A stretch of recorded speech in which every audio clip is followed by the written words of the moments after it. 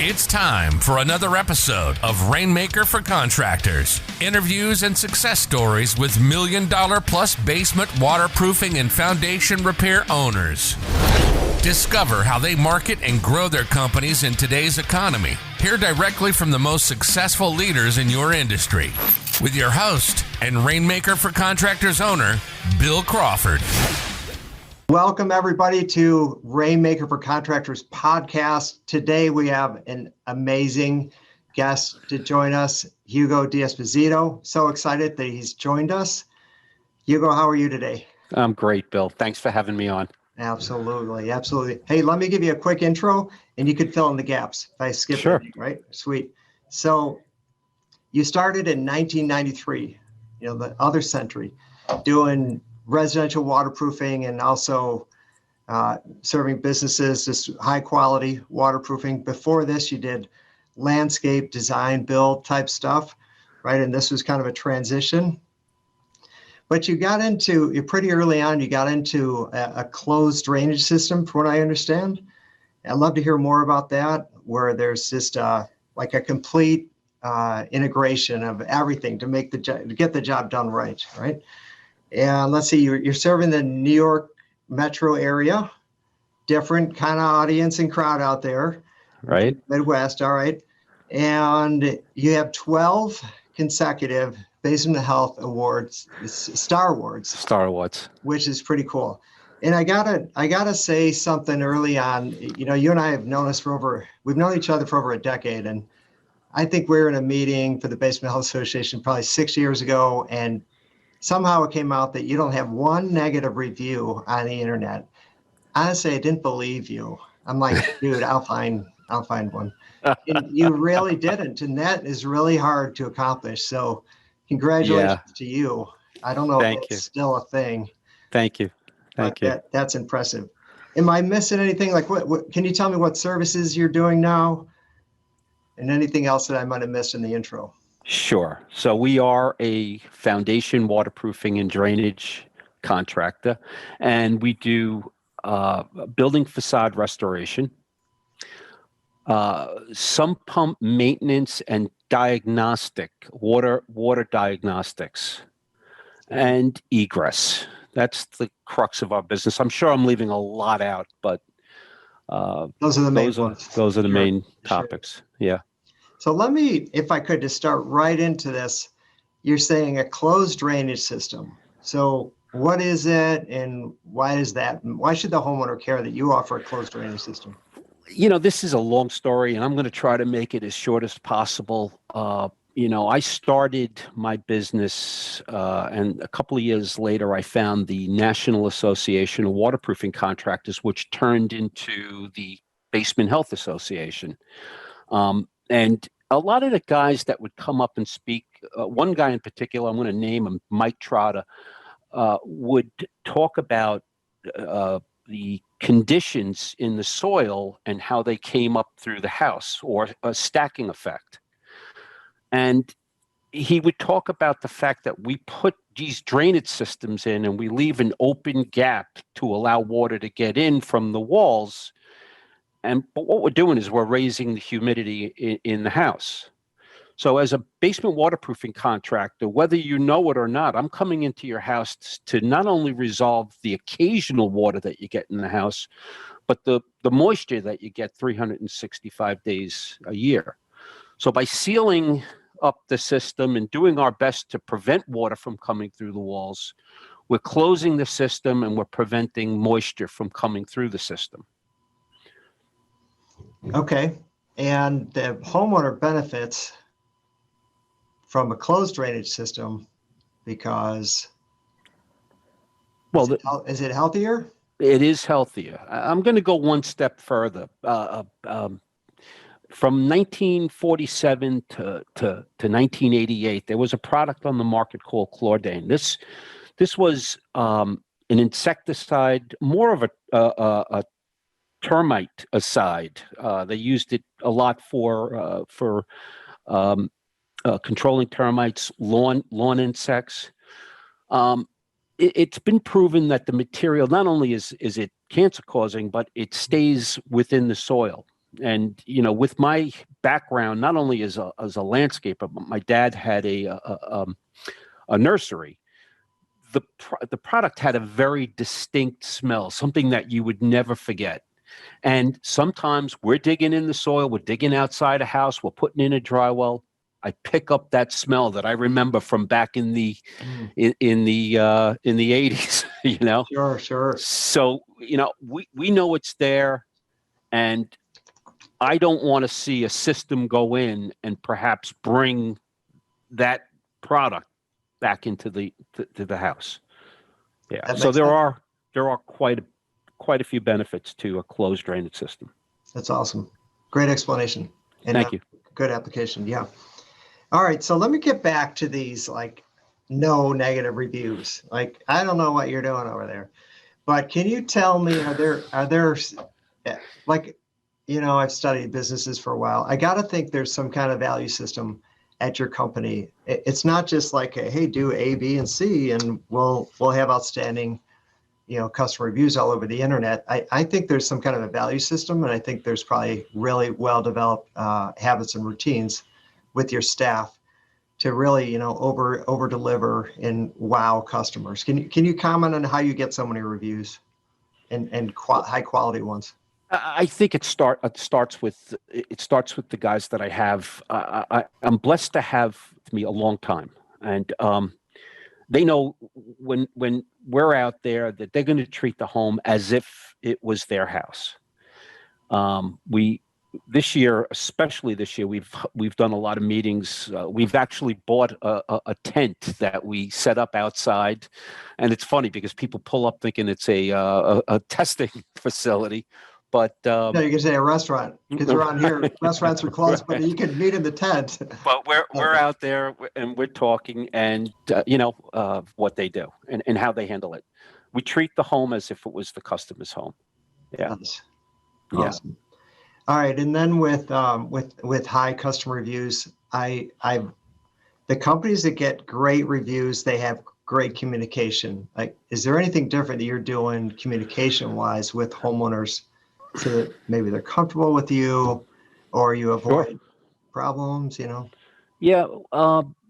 The system of customer reminders that we're sending out not only reminds the customer that we're coming to their home, either to do an estimate, to do an inspection, or do a job, but it keeps them well informed the services that we offer.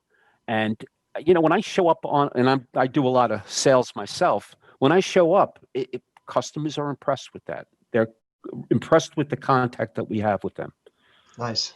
And we take that right through not only the job, but after the job to find out, hey, how are they doing? How is their basement? Is it what we promised?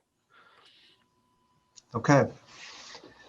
That makes, it reminds me of my relationship with my dentist. I always get these reminders a month in advance. Hey, schedule this online or call us. And then I get the day before and all that kind of stuff. So Bill, I think they were the first ones to get into it. Yeah. I really like that. Yeah. I got off. Somehow I disconnected with that system of my dentist because I'm overdue now. And so I'm waiting for a notification. Well, and to add to that, I was always impressed that he would call me after just to find out how I'm feeling or what's going on. So we've incorporated that into how we do it. Oh, that's sweet. That's great communication. That's handholding. It's a big investment. So why not go above and beyond? Absolutely. All right. Here's the core value, because it's the right thing to do. Right? It's not like, ooh, I'll get something out of it. It's just hey, these people are entrusting us with their business, with their money. We're going to do a good job. We're going to do the right thing. If I see them on the street, I'm not going to run to the other side and go, oh no, we did that customer's job. I'm going to stop and check and see how they're doing. So it's a beautiful thing. All right. So let me go to this. So I met you through the Basement Health Association, and I always respect business owners that give back to their community and their industry. And so I know that you are the education chair, as you have been, for the Basement Health Association. That's the association that governs our industry. And I know part of your job has been to handpick the speakers, to screen them, to you want to pick the right ones where the pulse of the industry is going. Oh my gosh, yes. It's yes. a lot, right? It is a It's lot. a lot of free, and it's volunteer. I mean, you're not getting paid for it, and you don't get much fame or fanfare for it. So, I respect that. And so You're actually talking me out of it right now. okay. Well, it doesn't take you that long, right? So nice job with that, and I appreciate you giving back to the community. Hey, in regards to, I know you do a lot of online advertising. I'm curious what other forms of advertising you use to reach customers in that New York metro area outside of, say, the internet. We've gotten so far away from print ads, but there are areas such as church bulletins that I find work. We send out flyers in the local phone books on occasion. Lawn signs, getting our name in front of the neighbors is important. We used to knock on doors. If we were doing a job in an area, we'd go 5 houses in one direction, 5 houses in another, and then 10 across the street.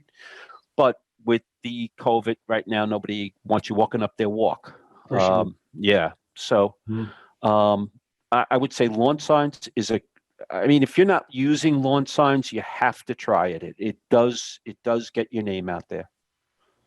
All right. So, with one thing I just have to add, you have to watch where you're putting signs and if the town allows it, because certain towns do not allow it.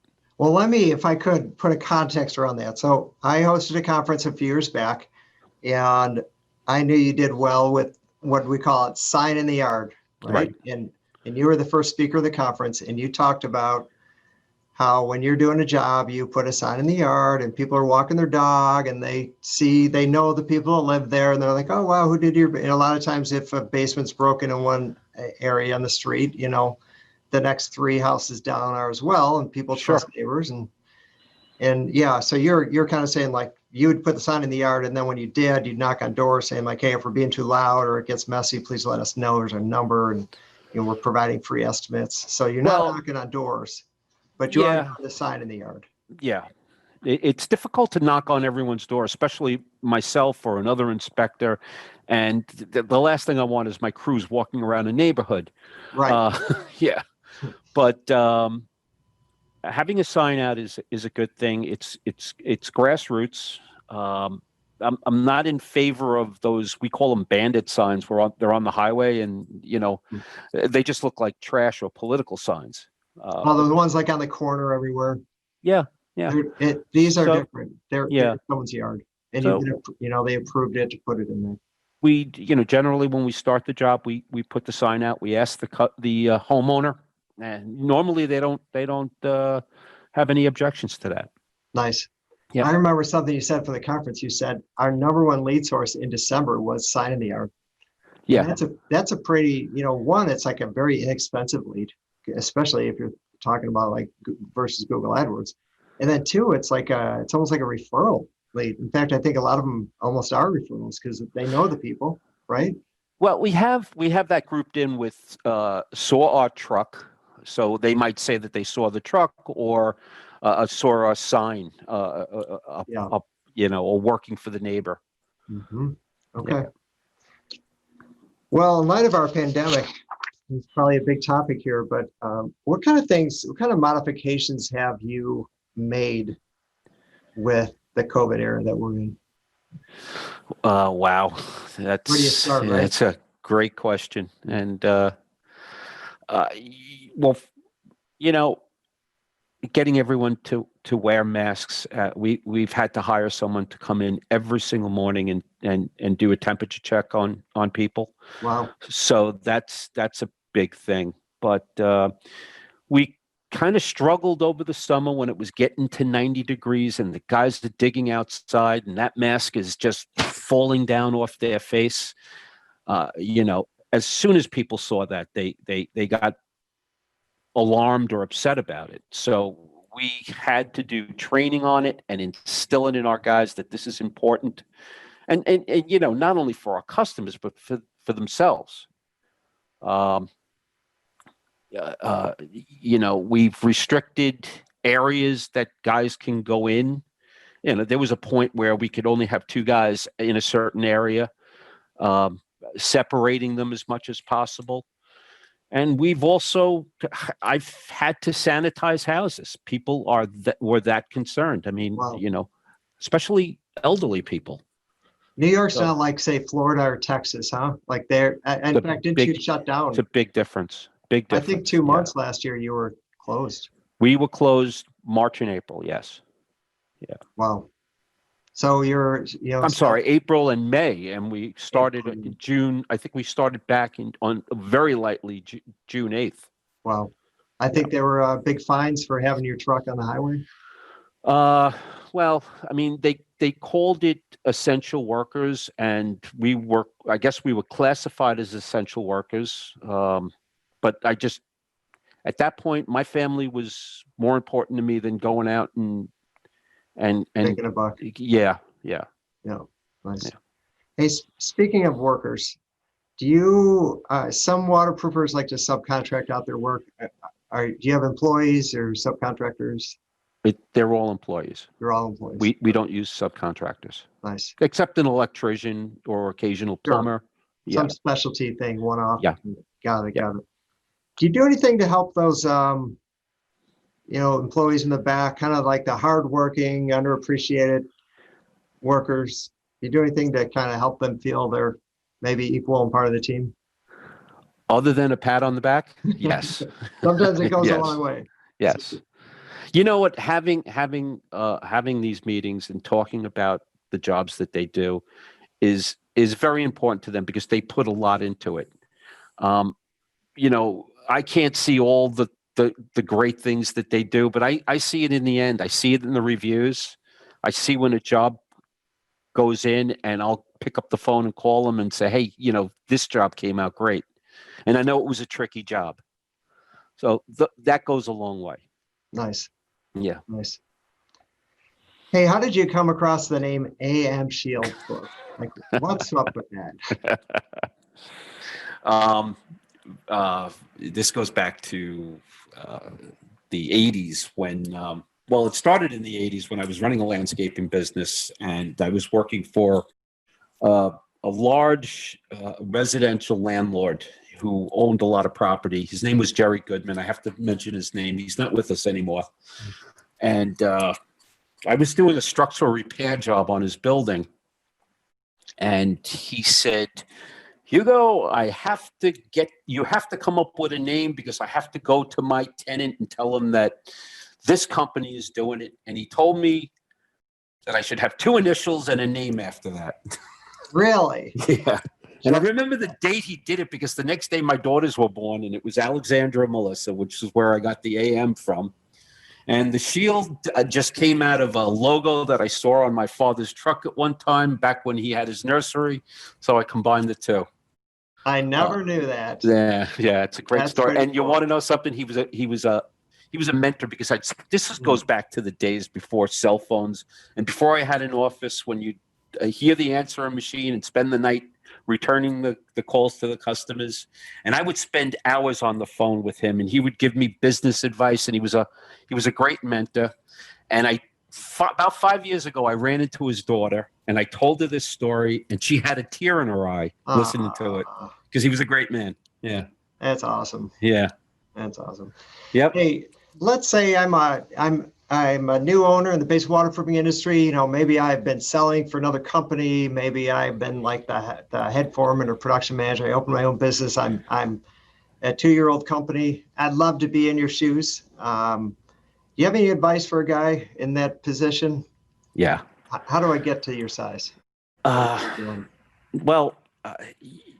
I started my business, there wasn't as many waterproofers, and I had to do something to set myself apart.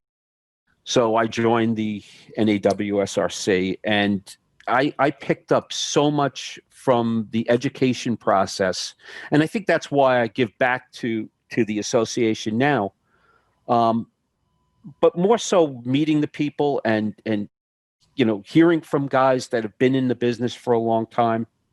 I just helped out a contractor in in Pennsylvania who was having a problem on a job, and we tried to work it out, and I think he's doing all right now with this particular problem. So there's a lot to be said for the fellowship that's involved in these associations. Okay. So, And it sets you apart. yes. Yeah. So get involved with the Basement Health Association. Absolutely. Okay. Yeah. I love that you mentioned, Jerry is a mentor, because I know there's a lot of people that have been around. They're, helpful and generous, and there's so many, quite honestly, we learn from our mistakes, and Sure. We share those, and it's a beautiful industry. So Yeah. hey, another, I come across a lot of different basement waterproofers, and they sometimes feel like a slave to their company. They're running around with their head cut off. You have a unique model in that you're the owner, yet you have a general manager to deal with kind of the day in, day out operations kind of stuff. And that positions you to be in the field, which I think you love being in front of the customer, right? You're such a people-oriented person. I love it. I love it. Say more about that. Like, what do you get? First of all, they have to be intentional, because it's very difficult to do. Like, that's the dream of owning your own business, but then kind of being able to pick the position that you thrive in the best, that you're good at. And then what does that do for you to be able to be in front of the customer? Well, it's not only being in front of the customer, it's being in front of my crews, showing up on the jobs. I know that they're going to be at the house at 8:30. So my mornings are usually spent going to the first job, usually when a job starts. And then I start my first appointment around 10 in the morning. But I just love to be in front of people and talk to people and help them with their problems. Yeah. It's beautiful. Yeah. It Yeah. must be rewarding. It is. And Michael does a great job at his job. So I'm comfortable that everything's going on in the office that I don't have to deal with. Listen, my phone rings all the time, and I'm putting out fires and dealing with problems, but it's nice to know that I have good help with my office staff. It seems like you're doing what you love. Yeah, it is. Yeah. I've always said it. That's awesome. I love what I do. Way to go. Happy. Yeah. Yeah. Hey, do you have any last tips for basement waterproofing or foundation repair owner out there? Join the BHA. Okay. Yeah. All right. Yeah. Hey, Hugo, thank you so much for joining us today. I love the nuggets of wisdom you shared. I think there's some great content here. I hope many people can benefit from it. Thank you, Bill. It was nice being here. Thanks, Hugo. Yeah. Okay. Talk to you soon.